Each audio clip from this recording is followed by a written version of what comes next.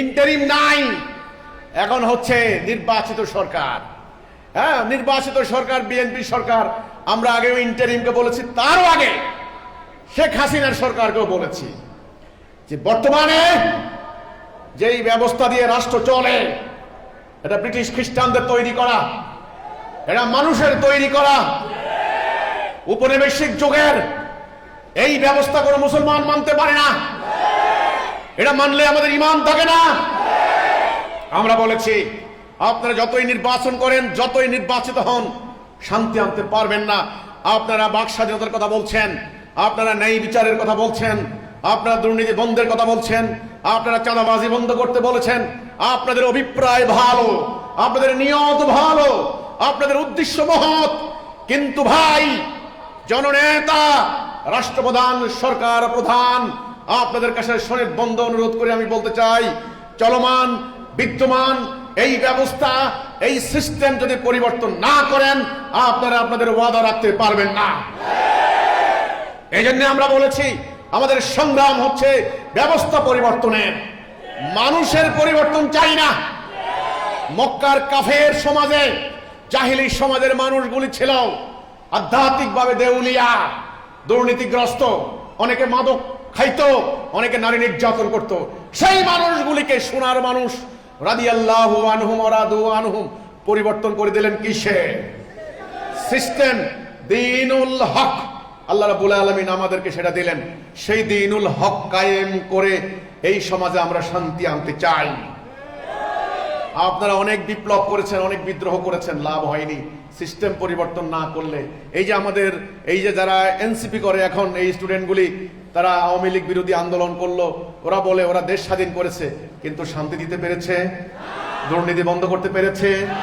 অনেকগুলি ছেলে, বাচ্চা বাচ্চা ছেলে পর্যন্ত মারা গিয়েছে। কারণ ব্যবস্থা, দিন, সিস্টেম পরিবর্তন না করা পর্যন্ত শান্তি আনতে পারবেন না। এই জন্য নবী করিম সাল্লাল্লাহু আলাইহি ওয়াসাল্লাম ঐক্যবদ্ধ হয়ে একটা লক্ষ্য নির্ধারণ করে জানমাল দিয়ে তৎকালীন জাহিলি সমাজের বিদ্যমান ওই সিস্টেমকে পাল্টে আল্লাহ দেওয়া সিস্টেম, আল্লাহ দেওয়া দ্বীনুল হক তিনি কায়েম করলেন। এখন নবী যে কাজ করেছেন আপনাদের জন্য, সে কাজ কি ফরজ না? সুন্নত হইলেও সুন্নত, আর আল্লাহর হুকুম মোতাবেক ফরজ। আকিমুদ্দিন। এবার দিন কায়েম করতে হলে একটা কর্মসূচি লাগবে। কি লাগবে? কর্মসূচি। মুখে মুখে বললে হবে না।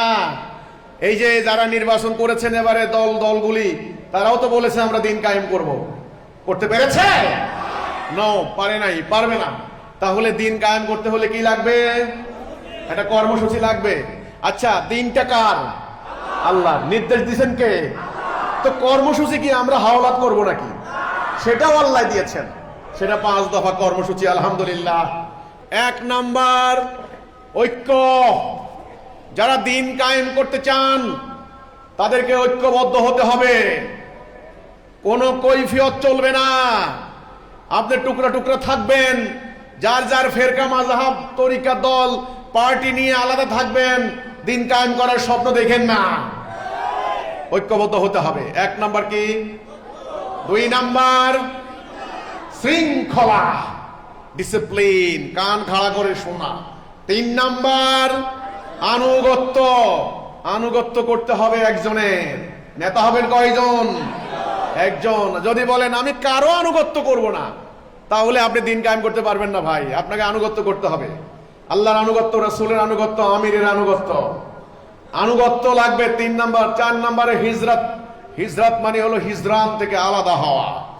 আপনারা যারা দিন কায়েমের পথে নাই, যারা তাওহীদে নাই, যারা ঈমানে নাই, তাদের সাথে আপনার ধর্মীয় কোনো সম্পর্ক থাকবে না। আপনারা মুমিনরা মিলে একটা জাতিসত্তা তৈরি করবেন, এটার নাম হিজরত। 5 নম্বরে জানমাল দি জিহাদ। তাইলে কর্মসূচি কয় দফা? 5 দফা। 1 নাম্বার ঐক্য। আমাদের সাথে ঐক্যবদ্ধ হতে হবে। সীসার মতো ঐক্য, নির্বাচনকালীন জোট না। হ্যাঁ, 9-6 মিলল, 1 মিলল না, 2 হবে না। ঐক্যবদ্ধ হইতে হবে সীসা গলানো প্রাচীরের ন্যায়।